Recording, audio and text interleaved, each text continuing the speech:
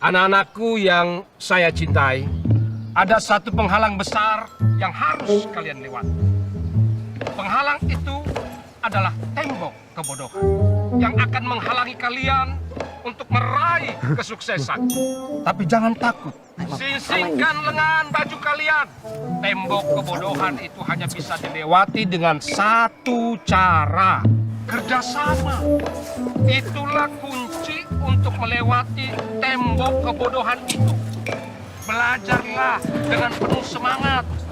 Karena semangka adalah sekolah yang penuh dengan semangat. Ingat, Kau di depanku. orang-orang tidak lagi berkata ayo semangat, tapi ayo semangka. Ayo semangka.